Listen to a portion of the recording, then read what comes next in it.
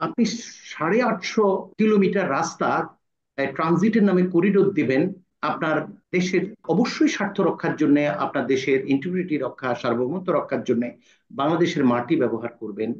অথচ বাংলাদেশের মানুষের এত বড় ক্ষতির যে জায়গাটা, সেখানে সামান্য ছোট একটা চুক্তি, তথ্য বিনিময়ের জায়গাটা মনোযোগ নেই। কারণ লুটপাট করা সরকার, ভয়াবহ অগণতান্ত্রিক ফ্যাসিস্ট সরকার, হুম। জনগণ দ্বারা যেভাবে বিতাড়িত হয়েছে আপনি দেখুন, সেই সরকারের পক্ষে এই ধরনের উদ্ভট কাজ করা তো স্বাভাবিক। দেখুন, এই বিষয়টা সকলেই জানে, কিন্তু আমরা খুব কৌশলে আমাদের প্রত্যেকের একটা রিজনিং ডেভেলপ করি এবং আমাদের একটা লক্ষ্য সামনে থাকে। আমি যে বিষয়টা বলি সেটা হচ্ছে যে, দেখুন, ভারতের সঙ্গে আমাদের প্রতিবেশী রাষ্ট্র, অত্যন্ত গুরুত্বপূর্ণ। তাদের নিরাপত্তার বিষয়টি আমাদের সাথে, সম্পর্কের সাথে জড়িত। হুম। এবং সে কারণে আমরা দেখেছি যে উভয় দেশের মধ্যে একটা সুসম্পর্ক খুবই জরুরি।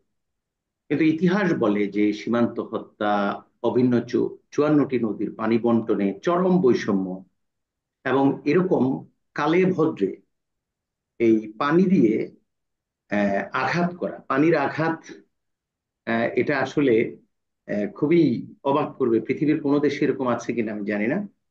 হুম। এই কাজগুলো করছে, আর অন্য বিষয়গুলো উল্লেখ না করলাম। এখানে যারা বিশেষজ্ঞ, আমি খুব বিশেষজ্ঞ নই এই ব্যাপারে, কিন্তু আমি যেটুকু দেখেছি বিভিন্ন জনের আলোচনায়, সেটা হচ্ছে বাংলাদেশের সঙ্গে যে এমইউ গুলো পালিয়ে যাওয়া সরকার করেছিল, সেখানে আমরা দেখেছি প্রায় 800 কিলোমিটারের উপরে রাস্তা ট্রানজিটের নামে করিডোর দিয়ে দেওয়া হয়েছে। অনেক কথা বলেছি আমরা, অনেকেই, অনেক বুদ্ধিজীবী অনেক তর্ক করেছেন, কুতর্ক করেছেন।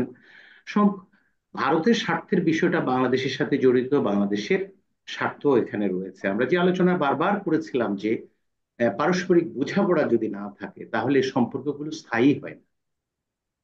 কর্তৃত্ববাদী বাংলাদেশি অতীত পালিয়ে যাওয়া সরকারের সাথে ভারতের এই সাভারকারের হিন্দুত্ববাদী রাষ্ট্র কায়েম করা ভারতের জনগণের শত্রু এই যে মোদী সরকার, এই দুটো সরকারের সম্পর্ক হয়েছে। দেখুন, ওই কথায় যাওয়ার আগে শশী থারুরের, কংগ্রেস আহ, সংসদ সদস্য, তার একটা বক্তব্য খুব ভালো লেগেছে আমার, যে দুটো রাষ্ট্রের মধ্যে সম্পর্কের মূল জায়গাটি হচ্ছে একটি রাষ্ট্রের জনগণের সঙ্গে আরেকটি রাষ্ট্রের জন্য, একটি রাষ্ট্রের সঙ্গে আরেকটি রাষ্ট্রের, এবং সর্বশেষ সরকার প্রধানের সঙ্গে অন্য সরকার প্রধান।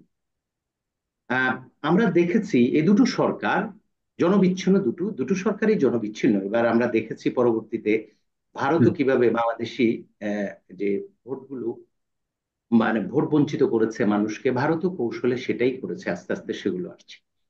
এরা আসলে এক কর্তৃত্ববাদী আরেক হিন্দুত্ববাদী সরকারের সঙ্গে একটা অশুভ সম্পর্কে বাংলাদেশ এবং ভারতের জনগণের স্বার্থকে জলাঞ্জলি দিয়েছে।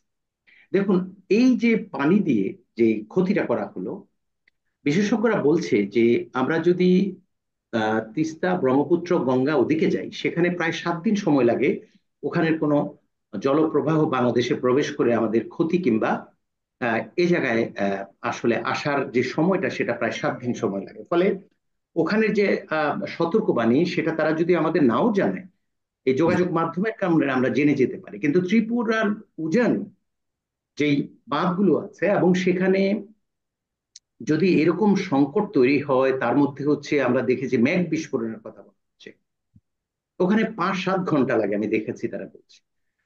এখন প্রশ্ন হচ্ছে যে দুটো দেশের অভিন্ন নদীর এই যে চুক্তির যে জায়গাগুলো, সেখানে স্বার্থ সংরক্ষণের যে জায়গাটা, সেখানে যেখানে 7 দিন সময় লাগবে, সেখানে বিষয়টা স্পষ্ট করতে হবে, পারস্পরিক তথ্য লেনদেনের চুক্তি থাকতে হবে।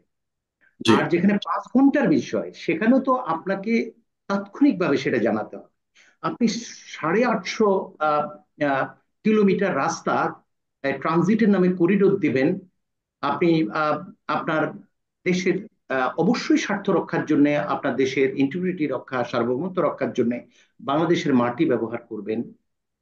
অথচ বাংলাদেশের মানুষের এত বড় ক্ষতির যে জায়গাটা, সেখানে সামান্য ছোট একটা চুক্তি, তথ্য বিনিময়ের জায়গাটা মনোযোগ নেই। কারণ লুটপাট করা সরকার, ভয়াবহ অগণতান্ত্রিক ফ্যাসিস্ট সরকার, হুম। জনগণ দ্বারা যেভাবে বিতাড়িত হয়েছে আপনি দেখুন, সেই সরকারের পক্ষে এই ধরনের উদ্ভট কাজ করা তো স্বাভাবিক।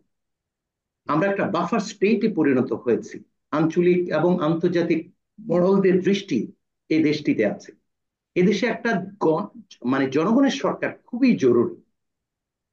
এবং আমরা দেখলাম যে এই সরকার না থাকলে কি হয়, কিভাবে স্বার্থ জলাঞ্জলি দিয়ে ক্ষমতায় থাকার চেষ্টা করে, যেটা খুব ভুল পথ। বাংলাদেশ আওয়ামী লীগ সরকারে ছিল এবং 3বার ভোট বঞ্চিত করেছে মানুষকে, ক্ষমতায় থাকবার জন্য রাজনীতি বাদ দিয়েছে। তাদের ক্ষমতা চলে যাওয়ার পর রাজনীতি ক্ষমতা সবই চলে যাওয়ার পরে দেশেই থাকতে পারেনি, বিতাড়িত হয়েছে। আমাদেরকে এখন শিখতে হবে, আমরা যারা এখন দায়িত্ব পালন করছি, আমি বিশ্বাস করি এই যে অন্তর্বর্তীকালীন সরকার অত্যন্ত গুণীজন দ্বারা তৈরি, কিন্তু যেটা বাস্তবতা, একটা বিশাল দেশের এত জিনিস যেখানে কোনো কিছুই বাকি নেই, জি। ধ্বংসের শেষে গিয়েছে, সেই জায়গায় তারা এই সময়ে আমরা অভিযোগ করতে পারি যে ভবিষ্যতে আমাদের শিক্ষা হচ্ছে অভিন্ন 54টি নদীর ক্ষেত্রে। কারণ এই অন্য আলোচনা সবাই করেছে, কোথায় কোথায় ত্রুটি হয়েছে এবং এটাকে মনোযোগ দেওয়া, ওই দিকে খুব গুরুত্বের সাথে আহ, দৃষ্টি দিতে হবে। যেমন আমি এর আগে বলতাম, যথাযথ পরিকল্পনা ও প্রাধান্য স্থির করে এই সরকারকে কাজ করতে হবে। অর্থনীতি শেষ, রাজনীতির জায়গাটা ঠিক করতে হবে, সংস্কারের জায়গাটা ঠিক করতে হবে। আমাদের এখন যেই দুরবস্থা দেখুন আইন শৃঙ্খলার, আস্তে আস্তে এগুলো ঠিক করে বিচারের আওতায় এনে দোষীদের আমাদের মোটামুটি আমি সচেতন। মনে করি যে এই সরকারকে আসলে ভারতের সাথে দ্বিপাক্ষিক এই যে কনফ্লিক্টস গুলি নিয়ে আমরা সবসময় কথা বলেছি, এগুলোকে সমাধানের ক্ষেত্রে এই সরকার, বর্তমান সরকার, অন্তর্বর্তী সরকার আসলে শক্ত পদক্ষেপ নিতে পারে। এখানে আমি তবে এটার যে সাথে আমরা এটার সাথে আর একটি কথা শুধু যোগ করি, পরে হয়তো এটা বলবো। দেখুন, আহ, যে বিষয়টা এর সঙ্গে যুক্ত হয়েছে, যেটা আমি একটু, সবার মন ভালো হোক, আমারও মন ভালো হোক, আমি সেই জন্য বলছি, আমাদের 2024-এর মুক্তিযোদ্ধারা দেখুন, একটা গুণগত পরিবর্তন হয়েছে আমি লক্ষ্য করেছি। আমাদের ঢাকা বিশ্ববিদ্যালয়ের টিএসসি, এটা হচ্ছে ত্রাণ সামগ্রিক কর্মসূচি শুরু হয়েছে, ক্রিয়া কক্ষ এবং ক্যাফেটেরিয়া ত্রাণ ভান্ডারে পরিণত হয়েছে। একই অবস্থা জাহাঙ্গীরনগর বিশ্ববিদ্যালয়ের নতুন কলা ভবনে, আমি একটু আগে গিয়েছিলাম। আরিফ সোহেল সহ তার যে টিম, ওখানে আরো অনেকেই আছেন, জিতু, সিয়াম সহ অনেকেই আছেন, জাহিদ, ওরা সমস্ত শিক্ষার্থীদের নিয়ে, আমি নতুন কলা ভবনে কিছুক্ষণ আগে গিয়ে দেখলাম, আমি চিনতে পারছি না এটা আমার ভবন।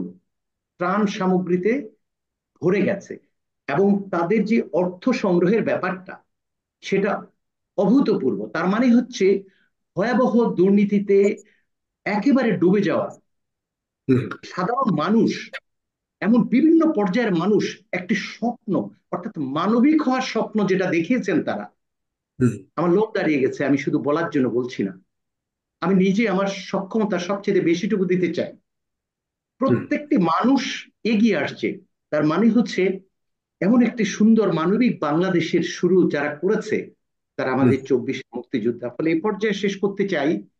যারা রক্ত দিয়েছে, প্রাণ দিয়েছে, আরিফ সোহেলরা যেন তাদের এই প্রতিজ্ঞা হুম। বাস্তবায়ন করার জন্য আমাদেরকে সাথে নিয়ে শেষ পর্যন্ত লড়ে যায়।